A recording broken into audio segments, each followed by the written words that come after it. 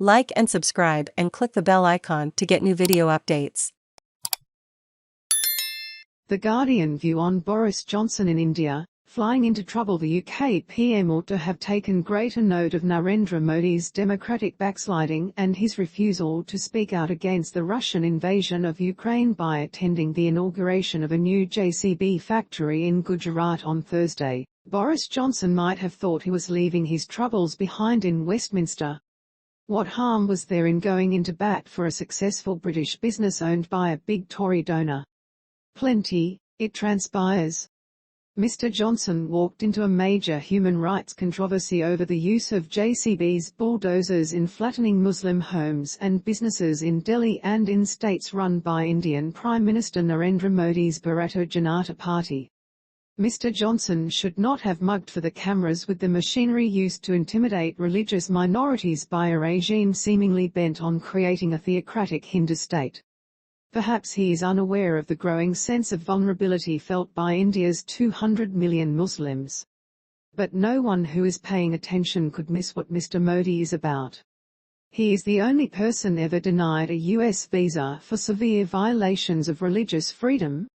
This was in 2005, after he failed, as Gujarat's chief minister, to stop a series of deadly anti-Muslim riots.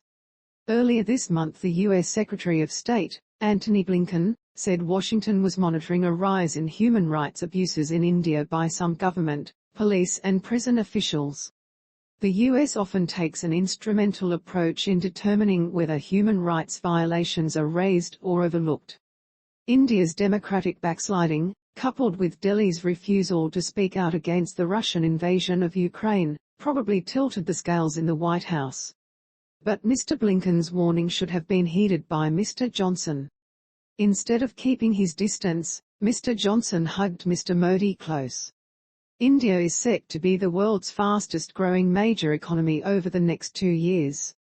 London joins the list of capitals courting Mr Modi, despite his refusal to choose sides over Moscow's invasion.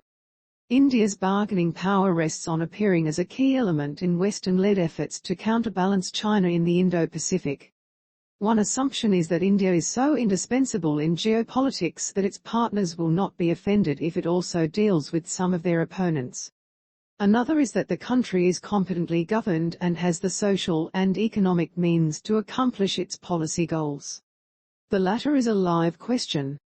Mr Modi failed to grasp the scale of the COVID pandemic early on, and his mistakes meant that Delhi failed to fulfill its obligation to supply COVID vaccines to the EU.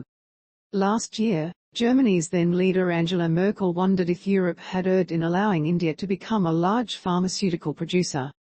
Britain's Prime Minister pointedly described India as the world's pharmacy. Mr Johnson, who faces political oblivion thanks to his own pandemic mistakes, might envy the ends, if not the means, of Mr Modi's rule. The Indian Prime Minister has been in power since 2014. His success is built on an aggressive assault against minorities, with economic policies that favour the rich. Mr Modi's populist repertoire sees him claiming that the poor are his priority, while doing little to combat inequalities. His appeal endures despite rising unemployment and COVID deaths. Judges rarely confront the government. Civil society opponents are jailed. But Britain is not India.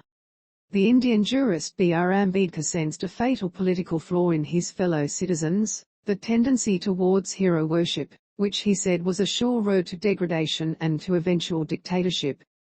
In Mr Modi, that prophecy might be fulfilled. We have a small favour to ask.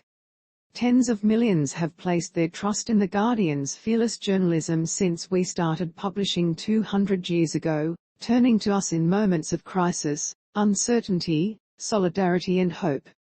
More than 1.5 million supporters, from 180 countries, now power us financially, keeping us open to all, and fiercely independent.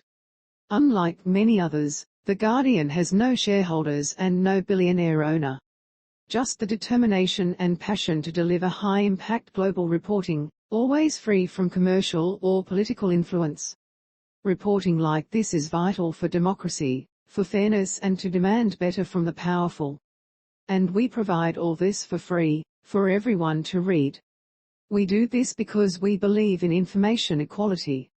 Greater numbers of people can keep track of the global events shaping our world, understand their impact on people and communities, and become inspired to take meaningful action.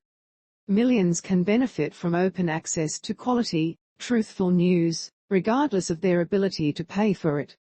If there were ever a time to join us, it is now. Every contribution, however big or small, powers our journalism and sustains our future.